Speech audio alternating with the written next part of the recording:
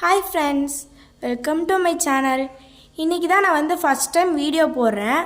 Please எல்லாரும் கொஞ்சம் support பண்ணி லைக் பண்ணுங்க, ஷேர் பண்ணுங்க, கமெண்ட் பண்ணுங்க. மறக்காம சைடுல உள்ள பெல் பட்டனையும் பிரஸ் பண்ணிருங்க फ्रेंड्स. சரி வாங்க வீடியோக்குள்ள போலாம். இன்னைக்கு நாம சிக்கன் பிரியாணி எப்படி செய்யறதுன்னு தான் பார்க்க போறோம். வாங்க பார்க்கலாம். தேவையான பொருட்கள். நான் பெரிய வெங்காயத்தை ஒரு வெங்காயம் அரிஞ்சு வச்சிருக்கேன். நெக்ஸ்ட் தக்காளி 2 தக்காளி எடுத்துக்கிட்டேன்.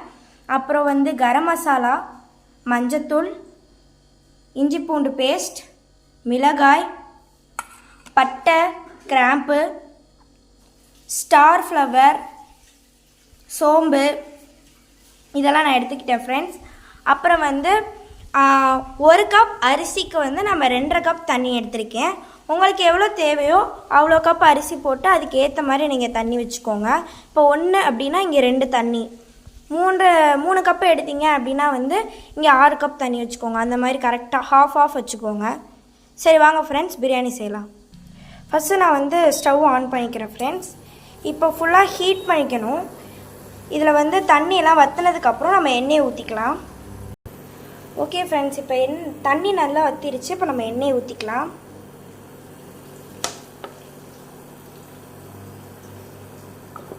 ஓகே, இப்போ நம்ம எண்ணெய் ஊற்றியாச்சு. எண்ணெய் காஞ்சோனையும் நம்ம பட்டை, கிராம்பு அதெல்லாம் போட்டு நம்ம வதக்கிக்கலாம்.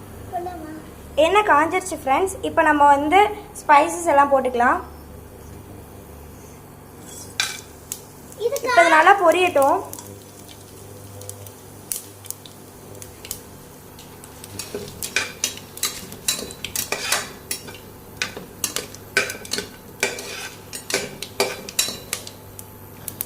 இது எல்லாம் நல்லா பொரிஞ்சதுக்கு அப்புறமா வெங்காயம் போட்டுக்கலாம்.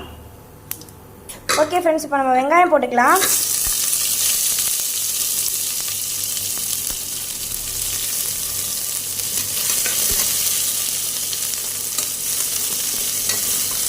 வெங்காயம் வதங்கினதும் நம்ம மிளகா போட்டுக்கலாம்.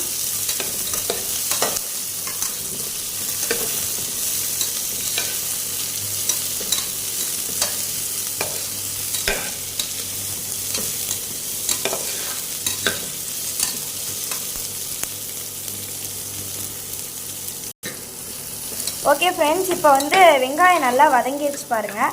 நெக்ஸ்ட் நம்ம பச்சை மிளகா போட்டுக்கலாம். பச்சை மிளகா உங்களுக்கு காரத்துக்கு ஏற்ப போட்டுக்கோங்க. நான் 4 மிளகா போட்டுக்கிட்டேன். ஒரு சில மிளகா உரைக்கும், ஒரு சிலது உரைக்காது. அந்த மாதிரி காரத்துக்கு ஏற்ப போட்டுக்கோங்க. ஓகே ஃப்ரெண்ட்ஸ், இப்போ வெங்காயமும் நல்லா வதங்கிருச்சு, பச்சை மிளகாவும் நல்லா வதங்கிருச்சு. பச்சை மிளகா எப்படி வதங்கணும்னா நல்லா ஒயிட்டாக வரும். முன்னாடி நம்ம போட்ட கலரோட நல்லா டார்க்காக வந்திருக்கும். அந்த மாதிரி வந்தோடனே நீங்கள் அடுத்து தக்காளி ஆட் பண்ணிக்கோங்க. நறுக்கி வச்சு தக்காளி இப்போ போட்டாச்சு.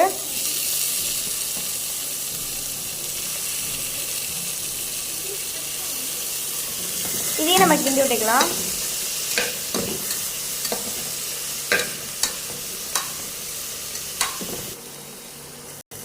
ஓகே ஃப்ரெண்ட்ஸ், இப்போ தக்காளி நல்லா வதங்கிருச்சு பாருங்க. இப்போ நெக்ஸ்ட் நம்ம மஞ்சத்தூள், கரம் மசாலா, அப்புறம் இஞ்சி பூண்டு பேஸ்ட் 3 நம்ம ஆட் பண்ணிக்கலாம்.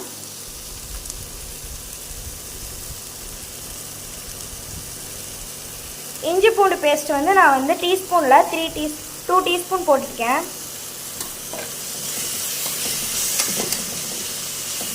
அடுத்து மஞ்சத்தூள் தேவையான அளவு,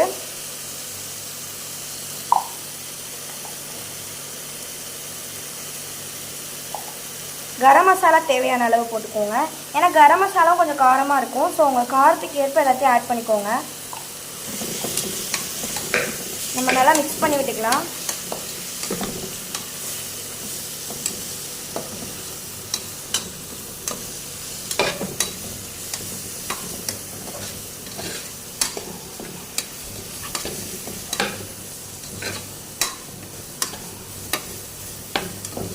அடுத்து சிக்கன் போட்டுக்கலாம் ஃப்ரெண்ட்ஸ். நல்லா வதங்கிடுச்சு. இஞ்சி பூண்டு பேஸ்ட் நல்லா ஸ்மெல் வருது.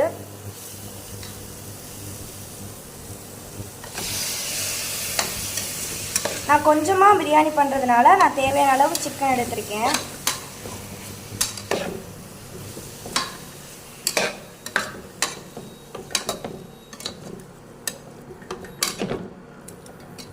நல்லா சிக்கனோட சேர்த்து நல்லா கிளறி விட்டுக்கோங்க ஃப்ரெண்ட்ஸ்.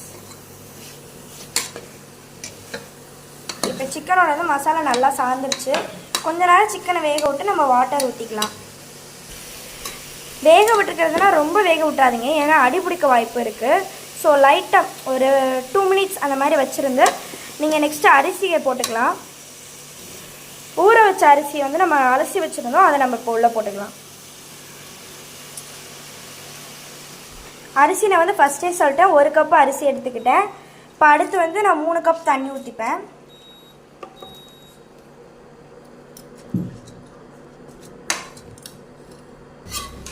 இது வந்து உடனே தண்ணி ஊற்றிடாமல் அரிசி போட்டு நல்லா 1 நிமிஷம் அந்த மசாலா சிக்கன் எல்லாம் நல்லா மிக்ஸ் ஆகுற மாதிரி நல்லா கரண்டி வச்சு கிண்டி விட்டுக்கோங்க. அதுக்கப்புறம் நம்ம தண்ணி ஊற்றிக்கலாம். ஓகே ஃப்ரெண்ட்ஸ், இப்போ நம்ம 1 நிமிஷம் நம்ம வந்து அரிசியை நல்லா வந்து சிக்கனோட சேர்த்து நல்லா கிண்டி விட்டாச்சு. இப்போ வந்து நம்ம எடுத்து வச்சிருந்த தண்ணியை வந்து ஊற்றிக்கலாம். தண்ணியை ஊற்றி அப்படியே விட்டுறாதீங்க, நல்லா கிளறி விட்டுக்கோங்க. அந்த சிக்கன் அதெல்லாம் வந்து அந்த வாட்டரோட நல்லா மிக்ஸ் ஆகும்.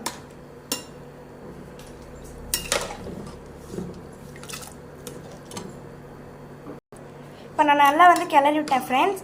இப்போ உங்களுக்கு வந்து இந்த கலரே போதும் அப்படின்னா இப்படியே விட்டுறலாம். அப்படி இன்னும் உங்களுக்கு நல்லா ரெட்டிஷாக அல்லது ஆரஞ்சிஷாக வரணும் அப்படின்னா நீங்கள் ஃபுட் கலர் சேர்த்துக்கலாம். இப்போ நான் வந்து ஃபுட் கலர் சேர்க்க போகிறேன் ஃப்ரெண்ட்ஸ், எனக்கு தேவையான அளவு.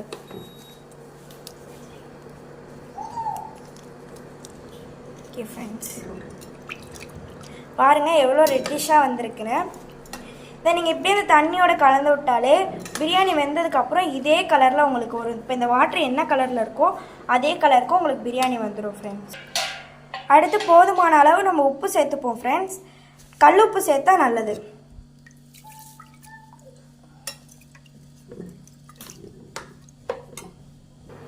ஓகே ஃப்ரெண்ட்ஸ், இப்போ நம்ம உப்பு போட்டு கலக்கியாச்சு.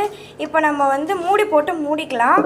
அப்புறம் வந்து சிம்லேயே வச்சு நீங்கள் வந்து பிரியாணி குக் பண்ணுங்கள், ஏன்னா சில இது வந்து அடிப்பிடிக்கவும் வாய்ப்பு இருக்குது. ஸோ நீங்கள் லோ ஃப்ளேம்லேயே வச்சு பண்ணுங்கள். இப்போ நம்ம பிரியாணி குக்கை மூடிக்கலாம். எப்போவுமே மூடினதுக்கு அப்புறமா தான் விசில் வைக்கணும். 2 விசில் வர்ற வரைக்கும் நம்ம வெயிட் பண்ணிப்போம் ஃப்ரெண்ட்ஸ்.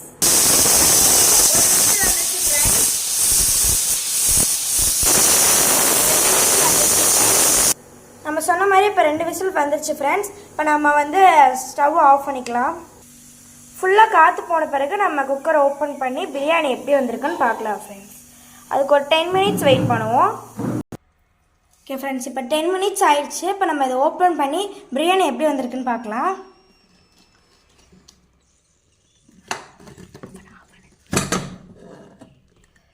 வாவ், செம்ம கலராக இருக்குது ஃப்ரெண்ட்ஸ். பிரியாணி ஸ்மெல்லும் சூப்பராக இருக்குது. இப்போ நம்ம வந்து இதை கிண்டி விட்டுக்கலாம். எப்பவும் பிரியாணி கிண்டுறப்ப இந்த சைடு வச்சு கிண்டாதீங்க, கை பிடிக்கிற சைடு வச்சு கிண்டுங்க. அப்போ தான் சாதம் வந்து உடஞ்சி கொடுக்காம முழுசாகவே இருக்கும்.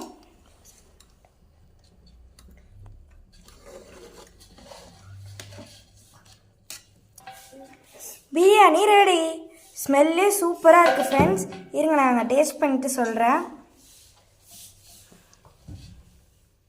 சூப்பராக இருக்குது. சுட சுட சூப்பரான டேஸ்டான பிரியாணி உங்கள் வீட்லேயும் நீங்கள் 10 நிமிஷத்தில் தயார் பண்ணி சாப்பிட்லாம் ஃப்ரெண்ட்ஸ். Okay bye. மறந்துடாமல் லைக் பண்ணிவிடுங்க ஃப்ரெண்ட்ஸ். ஃபஸ்ட்டு வீடியோ நீங்கள் தான் சப்போர்ட் பண்ணணும்.